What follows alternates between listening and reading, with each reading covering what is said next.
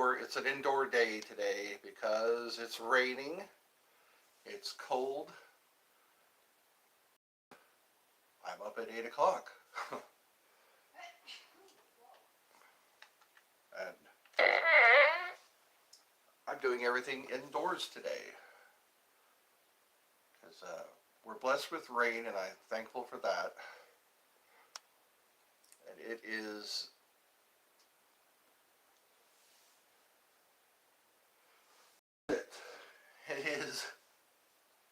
it is Saturday the 9th of November, or of December. Saturday the 9th of December. And it's almost 8:15. So 1, 2, 3, 4, 5. So it's probably 1 o'clock in the UK.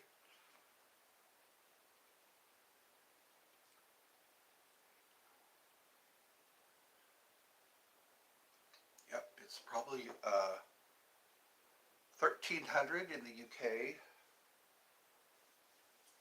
So this is I'm up now and doing this now because people are starting to comment, and there's a chance that they're online now.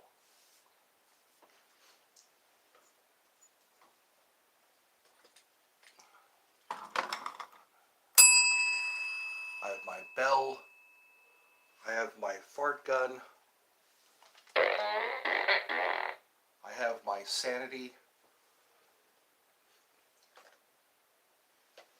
and hopefully people will start to.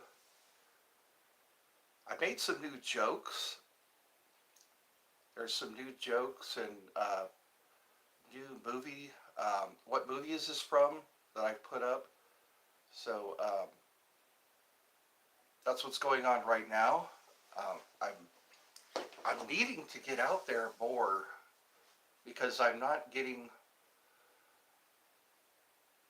up to 1,000 subscribers yet. I'm almost halfway there. I think I have 434 subscribers now, and doing the best I can to get where I want to be. So I'm just going to keep working on it, keep at it. And it's I'm trying not to get discouraged because yesterday I put out a joke and also a short asking for subscribers, and another new what movie is this from, and they didn't get a lot of views, but I am getting I am getting a few people watching my streams. So people are watching my streams, and so I'm trying to do it when people are available, because a lot of times people are not available because of the time zones, and just having the free time to watch live streams. They just need the free time to do it, and I have some free time here and there to pop in and to make a live stream or do a live stream. So that's what's happening now. What's happening now is this is all of the beginning stages, because I think once all these problems are worked out, once all these kinks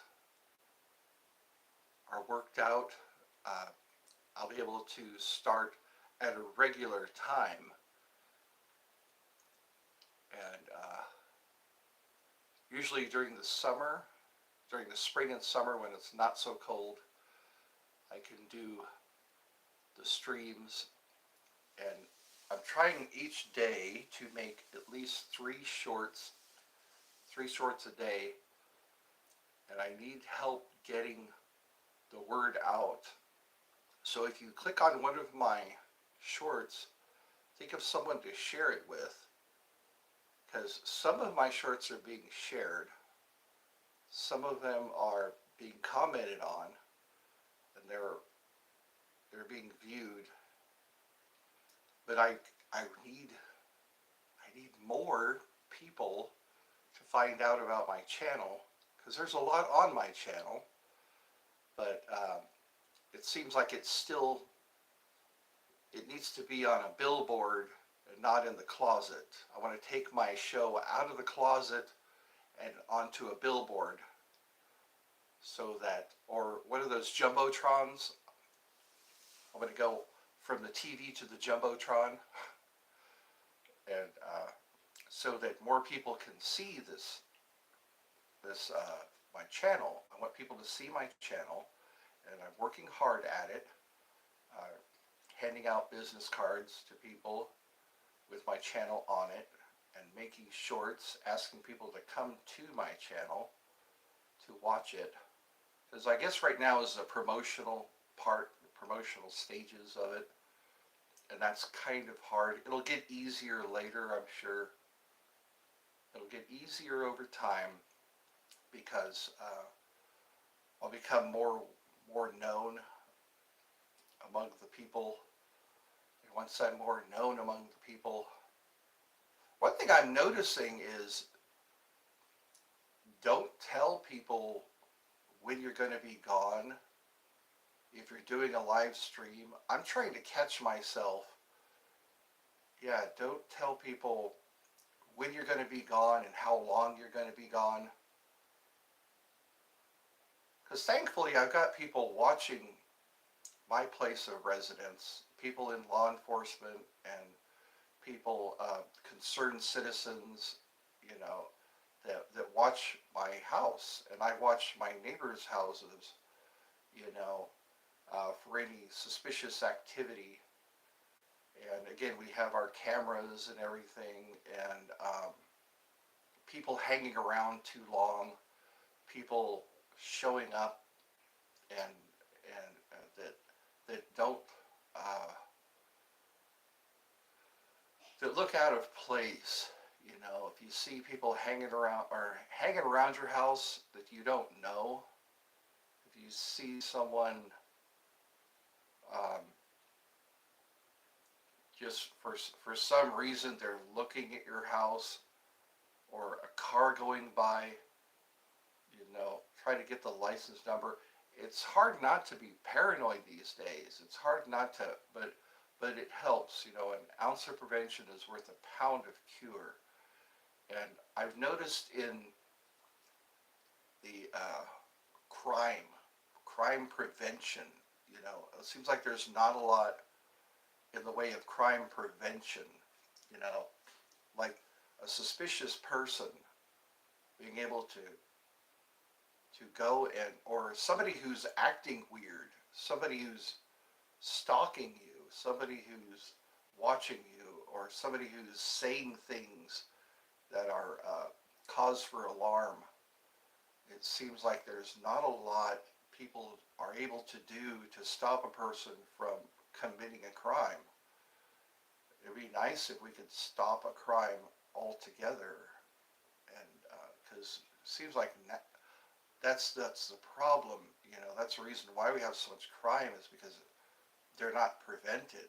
You know, people leave things in their car, and it's visible through the window, and people don't care. Some places, like in California, they don't care that if they see something sitting in your car, like a purse or a gym bag, or if they see like anything of value, they'll smash that window and they'll grab whatever it is. People think that if they roll their windows up and lock their door, that their belongings will be safe. I noticed that when I was a maintenance guy, the properties that I'd work on, especially around Christmas time, people leave presents in their cars. They think because they rolled up their windows and locked their doors that the items are safe in the car, and that's not the case. People have no problem busting that window. That window is just something in the way of them getting what they want to get.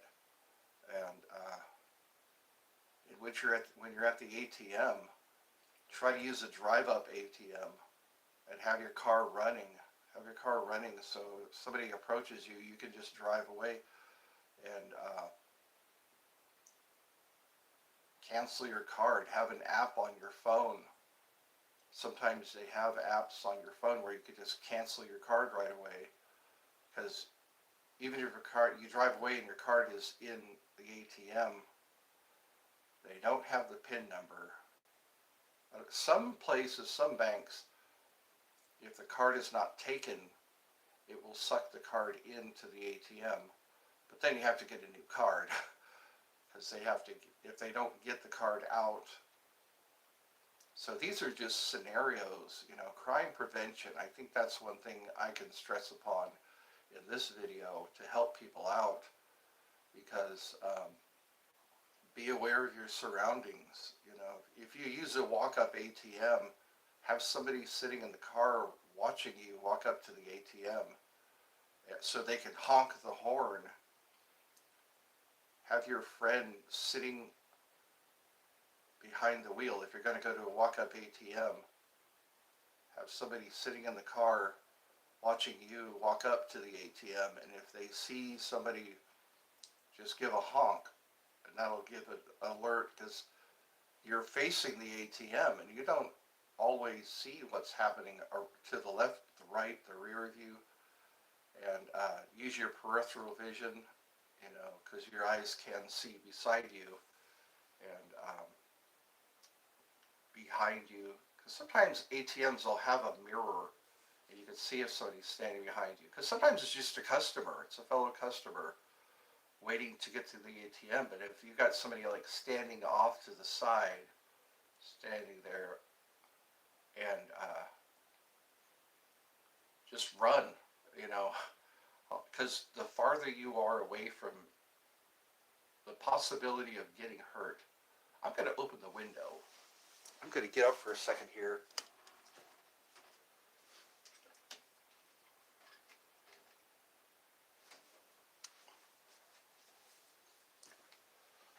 That way I can look outside. I can see outside.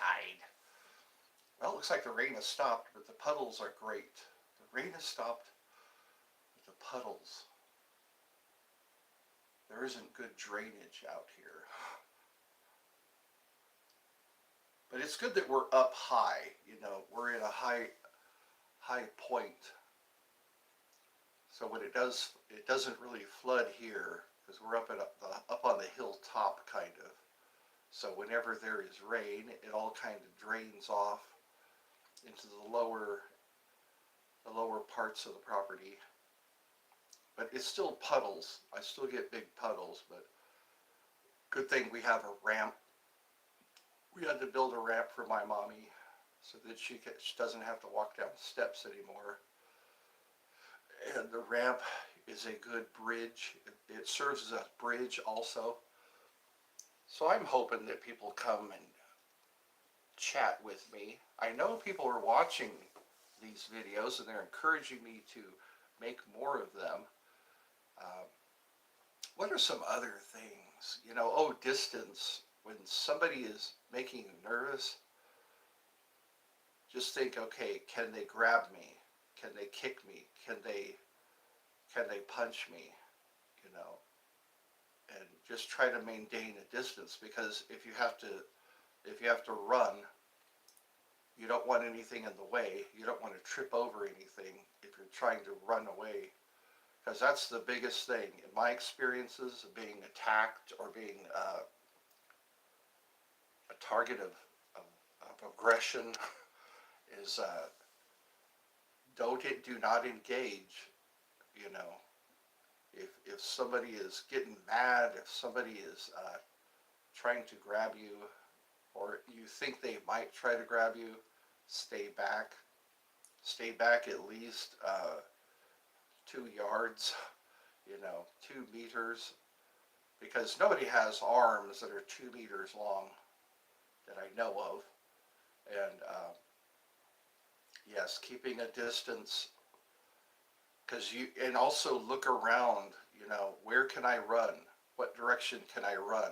if I see a guy or if I see somebody who might be a threat, you know, first of all, distance. The distance you are from that person can be a big help. And then start seeing, ask yourself, where can I run? What direction can I run? And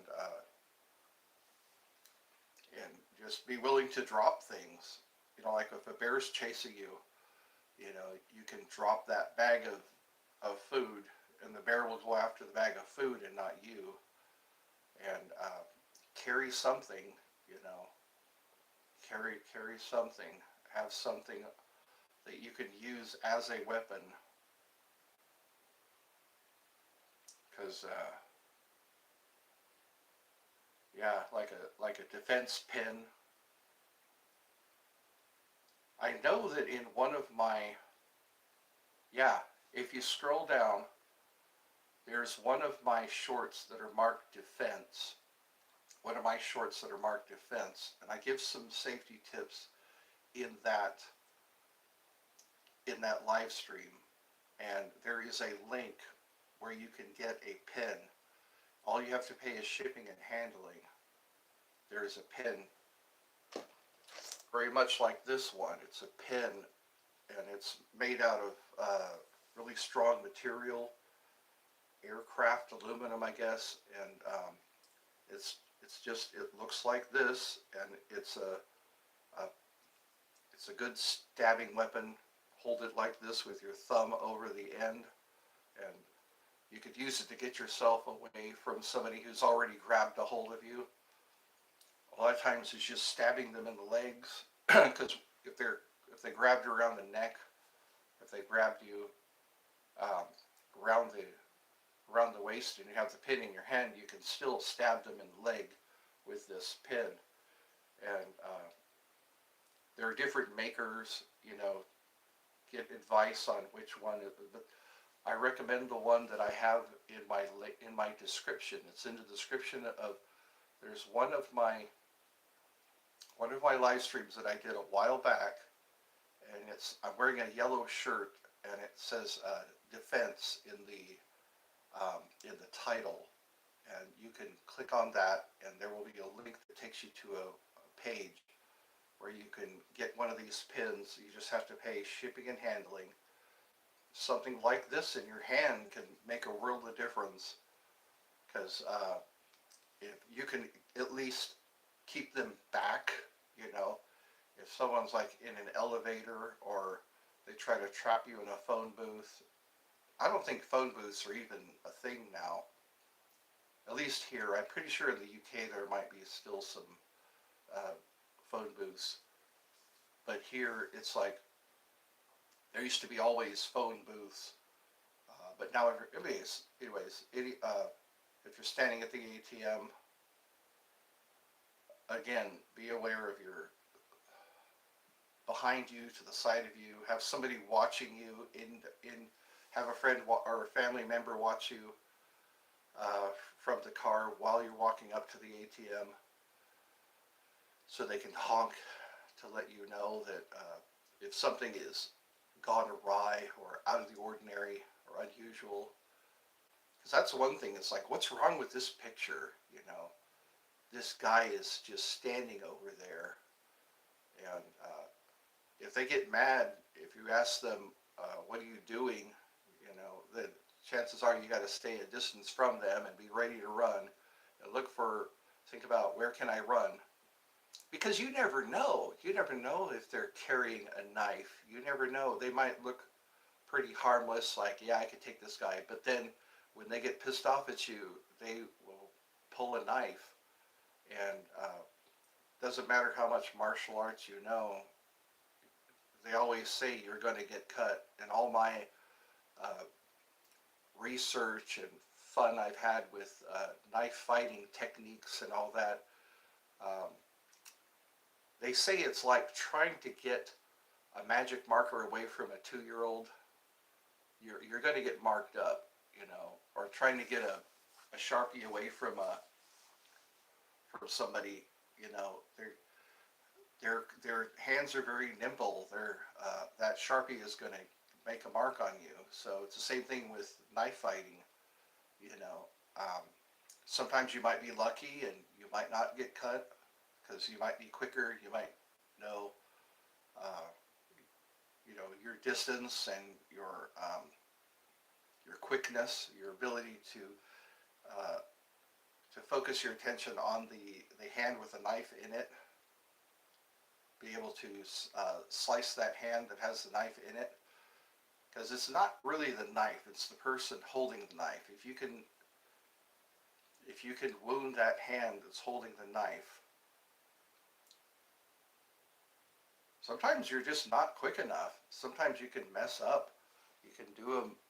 All it takes is one bad move, one wrong zig when you should have zagged, and you wind up being stabbed. And once you're stabbed, you're not effective at all. So if you see a knife, take off running, or pick up a tray, pick up wrap your coat around your arm, take your belt off and start swinging it. But sometimes, again, it's too late. So the main thing is if you see a knife, keep a distance and take off running, or do the best you can to. They say don't go like this, go like this. If you're faced with somebody with a knife and they've trapped you somewhere, put your hands up like this, because there's less arteries and veins here. So you're basically using the backs of your fists, the backs of your arms as a shield. But yeah, first order of business is run like hell. Just run. If you see a knife, run. Don't try to kung fu that guy or a lady even. If a lady has a knife, run, because that knife is coming and you're going to get stabbed. That's the worst thing, is when you're trying to defend yourself and you zig when you should have zagged. And because a lot of time, because a knife can take your fingers off. You don't want to go like this. You don't want to go like this, because that knife, when it comes, it'll hit here, and this is where lots of meat is, lots of veins, arteries, so you don't want to get stabbed here. If you're in a situation where you're blocked in, some guy in an elevator threatens you with a knife, or lady, you know, um, pull your hands in like this. Let me put the pin down. Pull your hands in this way, because I heard that a 4-inch knife can remove a finger. If somebody swings a 4-inch knife at your hand, it can remove a finger. And also, sometimes you can use your hand, like if they're stabbing at you and you put your arm up, your hand up, it'll stab that instead of something you really need. So I've heard that you put your arms up like this, and if they're stabbing at you, then hey, you got to sacrifice something in a real knife defense situation.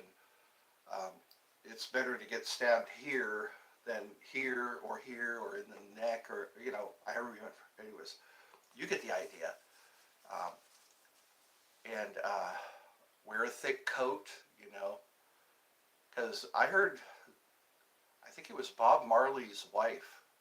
Somebody shot Bob Marley's wife in the head, and her dreadlocks stopped the bullet. Now, I don't know the validity of this. I don't know if it's true, but people, like, if they have something in their pocket, the bullet will be stopped by the object in their pocket. I think there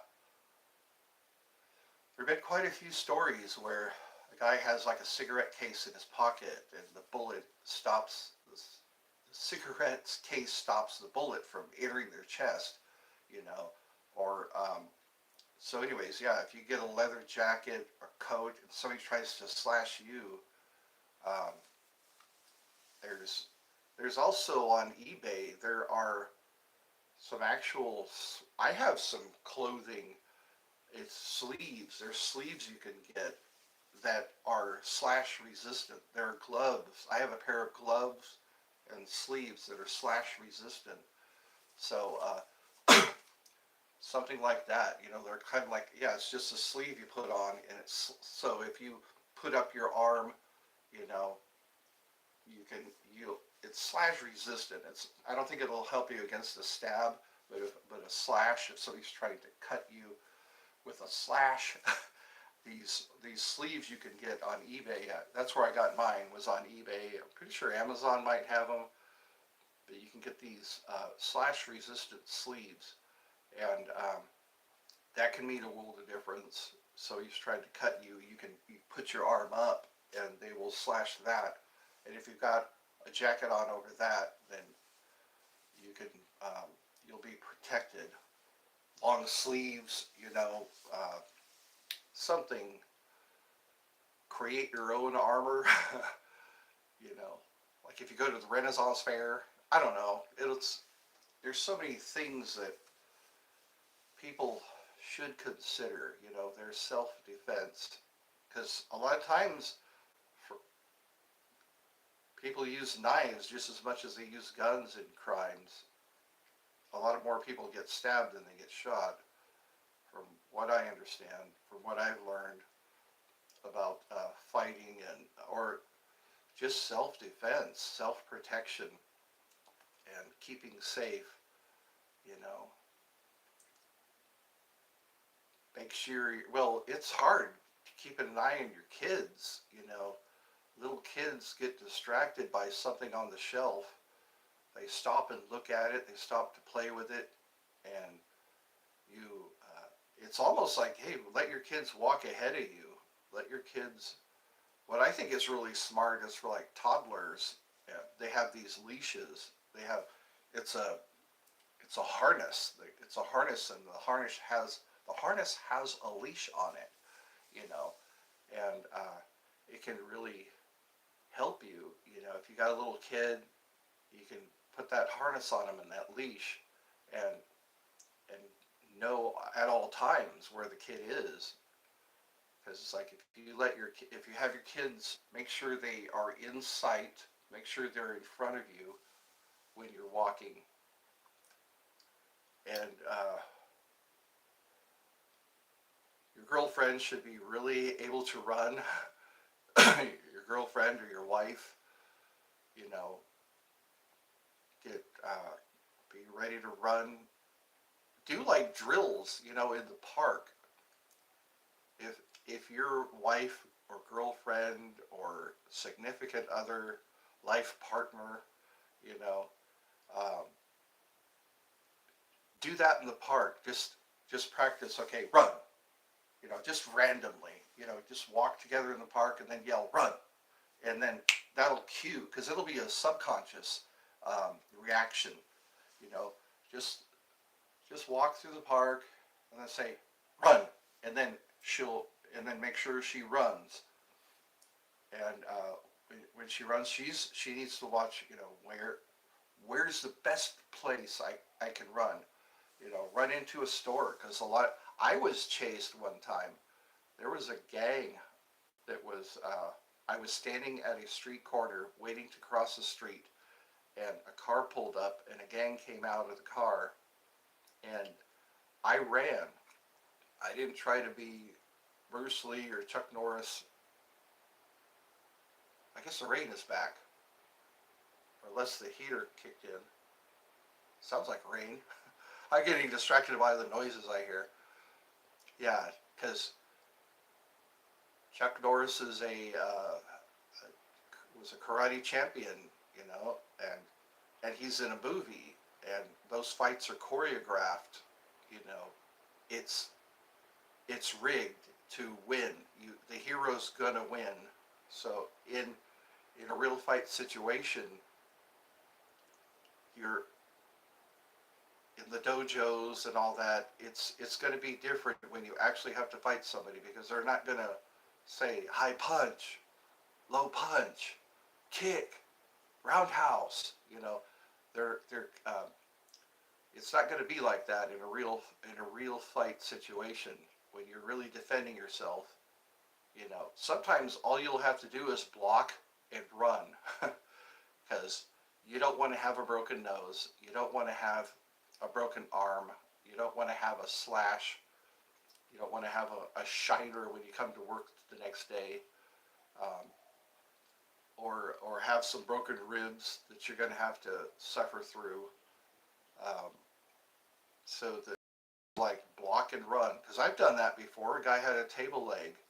I remember that a guy was he had a table leg, and I don't know where the hell he got the table leg, but it looked like a table leg in his hand, and I saw it, and I took off running, and the guy was going to hit me with it, I guess, or he wanted to threaten me with it, and I I took off, and the guy didn't follow me. That's one thing I noticed. Is like, hey, I thought the guy was going to chase me with the table leg, but he didn't want to be seen, I guess. So the fact that I ran, he did not chase me. I just kept running, and I was away from harm. So think like a rabbit, because no matter how big you are, no matter how tough you are, that guy can always, at one time, pull out a pistol, pull a gun out. A gun is a pistol. A pistol is called a gun. But anyways, he can pull out a knife. One time, I was watching this lady. She was in our rose garden, or rose.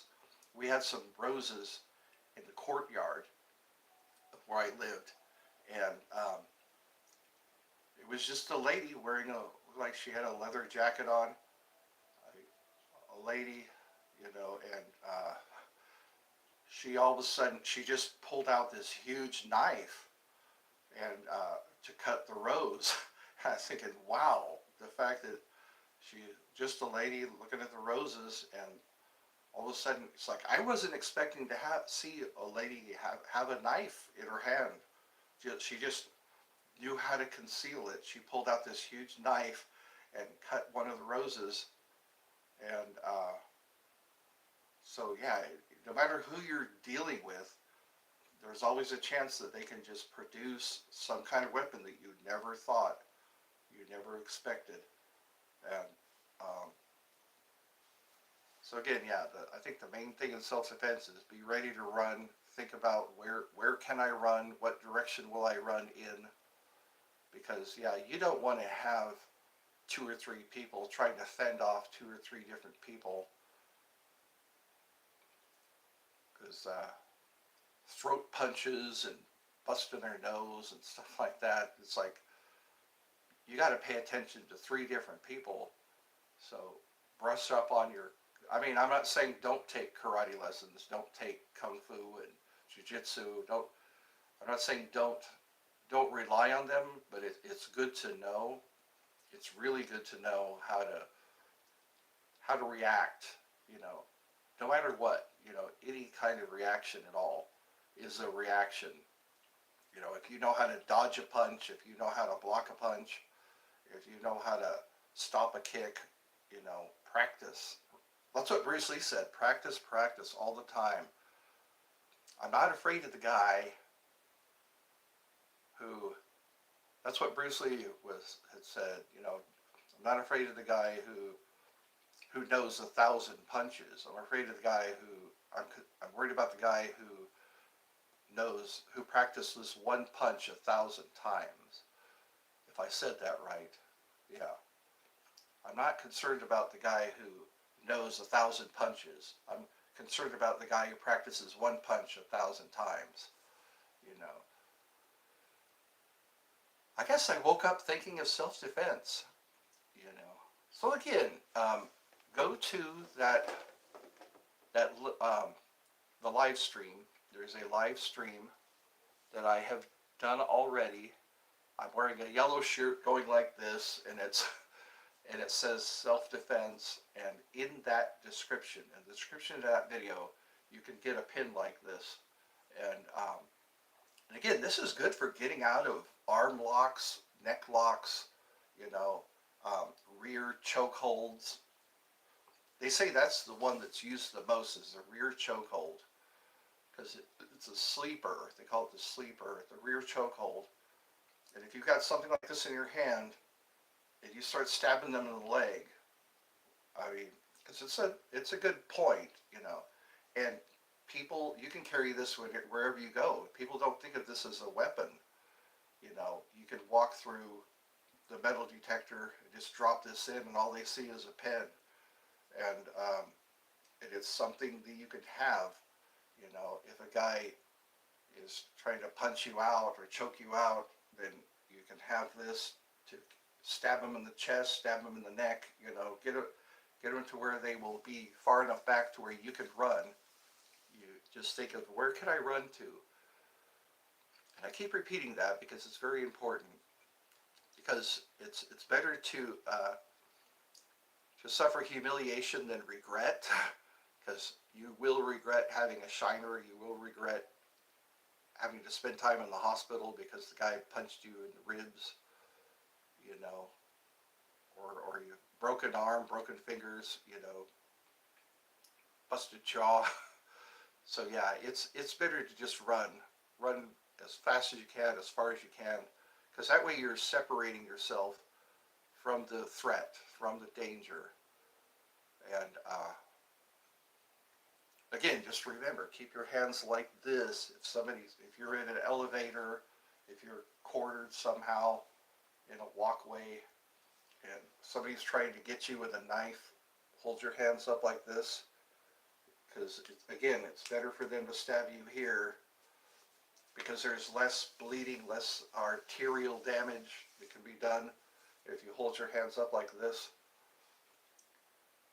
And have your knife, if you have a knife and you can whip it out, you know, cut them so that you can run. Cut and run. That's one thing I could remember, you know, when I advise, brainwash yourself, you know, run, cut and run, you know, get your knife out.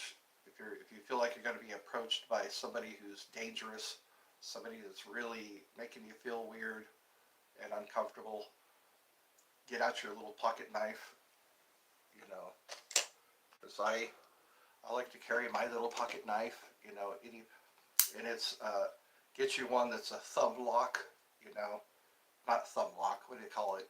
You can get it out with one hand. Make sure you can get it out with one hand, because you could be holding something, bag of groceries, you could be holding your kid, you know, and you just get that knife out and cut them so that you can run, you know. How did that saying go? It was, it's better to be judged by 12 than carried out by 2. That's what one of my instructors said. It's better to be judged by 12 than carried out by 2. You know, because it takes 2 people to get you on a stretcher and carry you away if you're harmed, if you're beat up, if you're mortally wounded, you know. So yeah, some, like in California, you know, a lot of states are lenient on knives. Um, yeah, a lot of states are lenient on knives, but in California, I think you can't have a knife that's over 3 inches.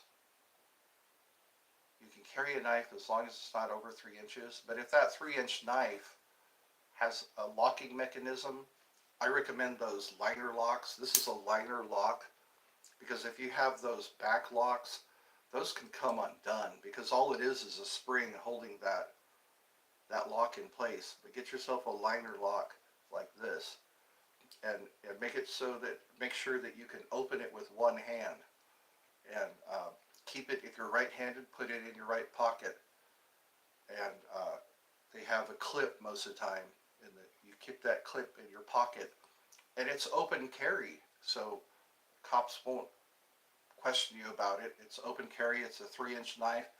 Here in Georgia, the knife laws are more lenient. This is more than 3 inches. So yeah, you can. Let me see how many centimeters for those in the UK. For those in the UK, for those who use or in Ireland and places like that. So centimeters. How many centimeters? So this is like 7 centimeters, if I'm reading this right. Yeah, this blade is 7 centimeters. Have something like that in your pocket where you can get to it, hanging you know, with this belt clip, get your get you a liner lock. The liner lock is the lock is here. That's the lock. And for those who don't know much about, because I'm a collector of knives, I know about these different locking mechanisms. The quicker the better. And if you can get an assisted opening knife, a knife that's called assisted opening. Some places, some states, they allow assisted opening knives. And again, you can get it out with one hand. You can make sure that if you, like again, right-handed, put it in your right pocket, have it hanging there, and get it in your hand. If a guy is standing around making you uncomfortable, get it in your hand and be ready to. You can hold it. Get you a knife that will fit in your hand, so you can hide it in your hand. You know, that's what one instructor told me. You just see you can hide this in your hand, and when it's you don't have to open it right away. I mean, because the guy might not be a threat. The guy might just make you nervous, and he just happens to be there. But yeah, you can. I have pretty big hands, from what I'm told, and see how it's hidden in my hand completely. Because you can take it out of your pocket, hold it in your hand. If you see a guy approaching, if you see some people that make you nervous, and you're at a bus stop or you're standing in line at the ATM or you're at the ATM and a guy is just hanging over there. He's not waiting in line. He's just standing there, off to your side. Then step away and wait until that guy leaves, or go into the bank and say there's a guy hanging around. Alert security. If you see something, say something. You know, alert security that there's a guy hanging around the ATM, and the security guard will approach that person. And maybe just seeing the security guard, he'll be deterred. He will he'll probably cease and desist. So yeah, get yourself just when you go shopping for a knife, just say, "Can I hold that knife in my hand and have it not be seen?" Just do that test. Put the knife in your hand and look at the back of your hand. Can you see that knife at all? Because it might piss them off that you're holding a weapon in your hand, But hey, uh, you take it out of your pocket, hold it in your hand like this, have your kid in your arm, you know. Sometimes people won't mess with you if you had a kid in your arm because that's frowned upon in prison. That's frowned upon if you attack a kid, if you attack somebody holding a kid. So chances are you holding the kid uh, will deter a criminal, but you have the crazies that will attack you, try to take your kid out of your arm. So yeah, make sure that you're using your dominant hand to hold the knife.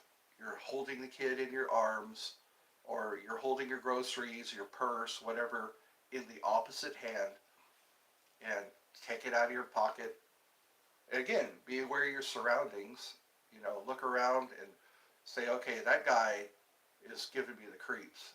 You know, I see people who give me the creeps, and I'm 6'2", and so I look over and I'm looking around and I say, okay, this guy looks like he's making me uncomfortable. He's acting fidgety, twitchy. He's not looking me in the eye. He's not smiling at me. You know, uh, Unless he's a sociopath. And but yeah, right hand. If you're right-handed, have your knife in your right pocket. Hanging with this because you don't want to be fidgeting. You don't want to be fishing around for your knife. You want to make sure that when you go shopping for a knife, get yourself a knife that has a clip like this, so you'll know exactly where it is. Get it, do a little motion. Get the knife in your hand.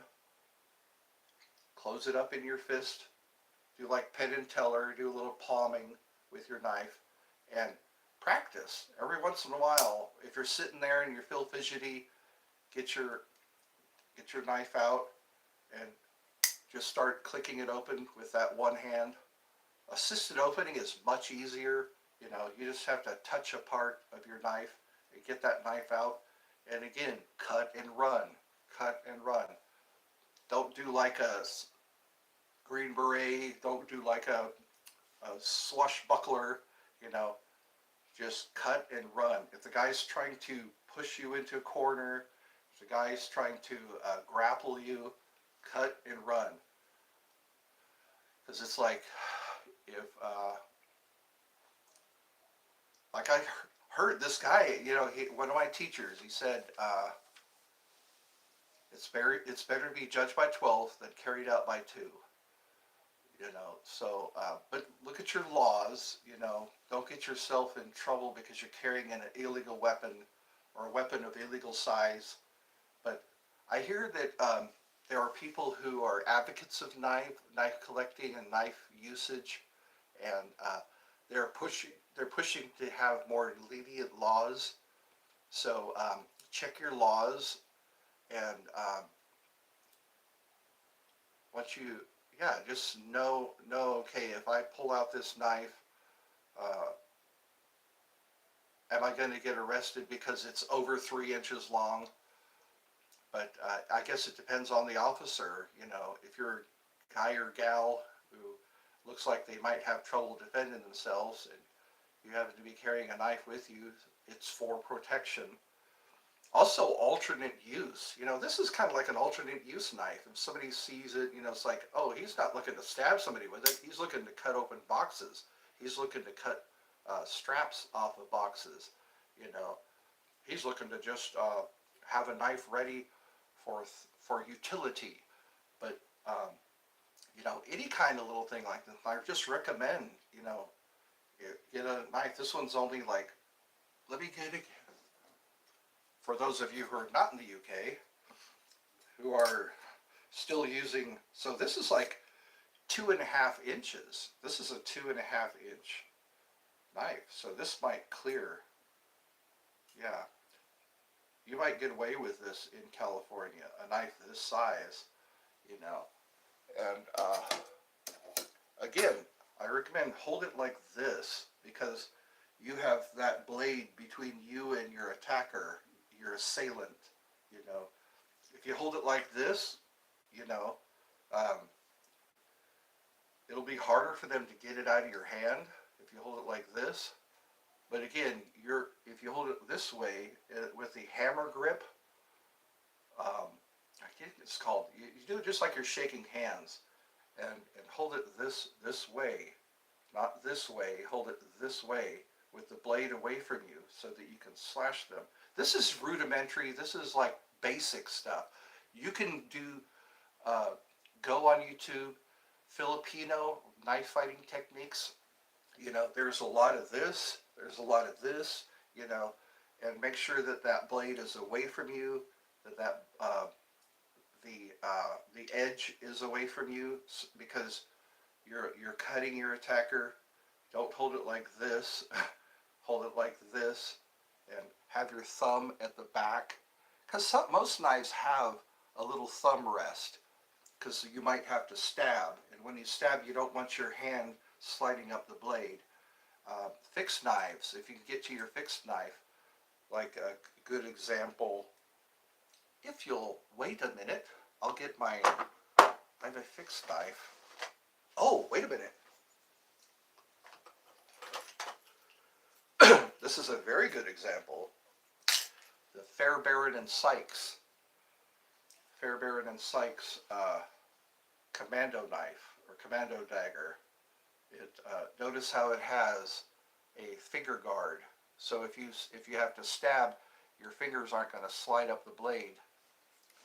There was this guy, a Navy SEAL, that when I was a maintenance guy, I would go to his apartment to do maintenance work, and he would tell me about how to select a knife, you know, get one that has the finger guard so that if you stab, your fingers won't slide up the blade.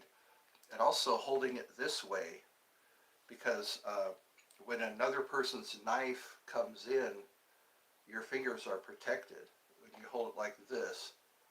Because if you hold it, well, your thumb can get cut if you hold it this way.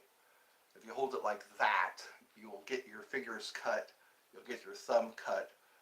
So hold it this way, and notice how your fingers are behind the guard, the hilt. I believe that's called the hilt or the finger guard. And yeah, hold it this way. And again, your blade, the edge should be facing your enemy. The edge should be facing your enemy. And also, this is a good stabbing weapon. This is a derivative of this, the Shanghai knife. That's how Fairbairn noticed in Shanghai. It's a very crime-ridden area, and people would carry knives like this. It's called a Shanghai knife, and that's where he came up with this idea for the forces. You know, the commandos, the British commandos, and yes, it's very helpful to wait, position your fingers like this behind the hilt, of course, and hold the blade towards your enemy. And one Turkish guy, he was telling me, if somebody grabs your wrist, pull your knife this way, you know, because you're going to cut the guy if he grabs onto your wrist. Because they say, oh, don't hold it like this because they'll be able to grab your wrist. You know, well, I'm not going to say it like that, because some special forces guys, some people who really are knowledgeable about knife fighting, they hold their knife like this. And but they're trained. They know, you know, how to use their knife this way. But I'm saying in a keep your blade towards your assailant. Put your fingers like this so that your fingers are behind the hilt and you are protected. I'm just going to emphasize this stuff, you know. I don't think you're dumb or anything. I'm just saying that you got to keep that in mind. Hold your knife like this so that if you're blocking, if you don't want to get cut with your assailant's knife, it'll hit here and not your fingers. And strike first, strike hard, no mercy, sir. You know, like Cobra Kai, strike first, strike hard, no mercy. You know, because it's you or them, and you're probably protecting your girlfriend, you're probably protecting your wife, your kid, or kids. Have your kids walk in front of you so that you can see them no matter what.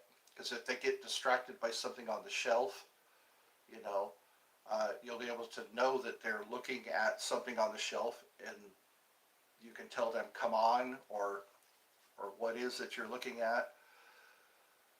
Christmas time is like that. They've got all the toys out there. It's all about marketing, all those toys. And the kids will stop and look at the toys. And that's a good way to get ideas for Christmas presents. And say, what did that guy, what did Johnny stop for? What did Susie stop for? What did she look for on the shelf? But anyways, keep your kids in front of you. Keep your kids, you know, peripheral vision. Make sure that you know where your kids are, because sometimes people get too overconfident that the kids are going to follow them. And it's like, kids just want attention, you know. They want you to notice that they're no longer visible. They want you to notice that they're standing there, you know, they're pouting or whatever. Just keep telling them, stay in front of me, stay in front of me. Because people, you know, they lose track of where their kids are, and then the kids get taken up by somebody who does horrible things. And what else? We're about an hour in. We're about an hour in. And yes, remember, cut and run. I hate to cut and run, but again, if you're scared, if you feel like your life's in danger, you might be covered under the law. So I keep remembering that. You know, it's better to be judged by 12 than carried out by 6. No, judged by 12 than carried out by 2. Because A lot of times the jurors will take one look at you and say, yeah, that could have happened to me. You know, they'll say, well, that little lady, she couldn't defend herself, so yeah, she had a knife. One girl got in trouble. One woman in California, she used like a real small knife to poke a guy who was trying to harm her, and she got in trouble. Assault with a deadly weapon. But anyways, this is better to be judged by 12 or carried out by 2. So, yeah, that knife could make a world. Just them seeing the knife will make them back away. Because a lot of times when I was doing security work, uh, me having a stun gun, I had a little stun gun in my hand, and that stopped the guy. He was pissed because I caught him climbing over the fence. We had a fence, a big wrought iron fence, and the guy jumped over the fence, and he thought he was going to duke it out with me, and he saw the stun gun in my hand, and he got discouraged. He was discouraged because I had a stun gun in my hand.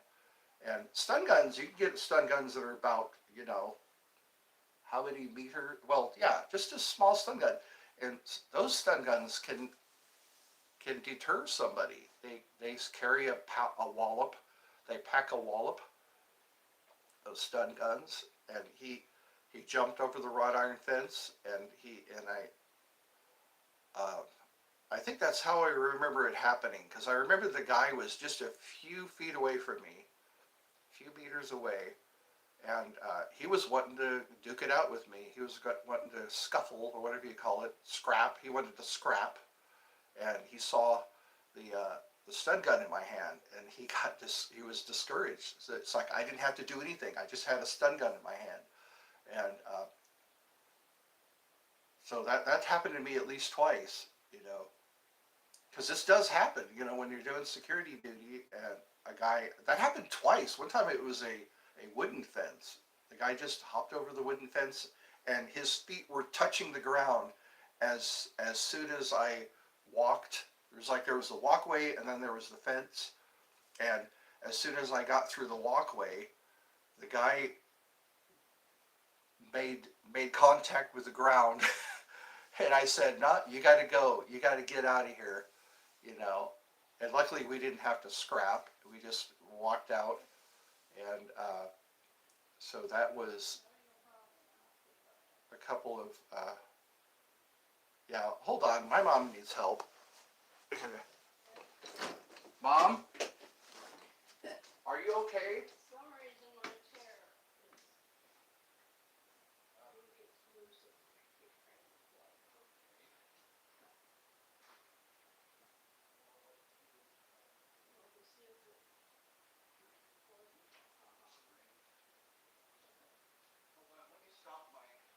Let me stop my live stream, and I'll come and figure out, because you're kind of in a predicament here.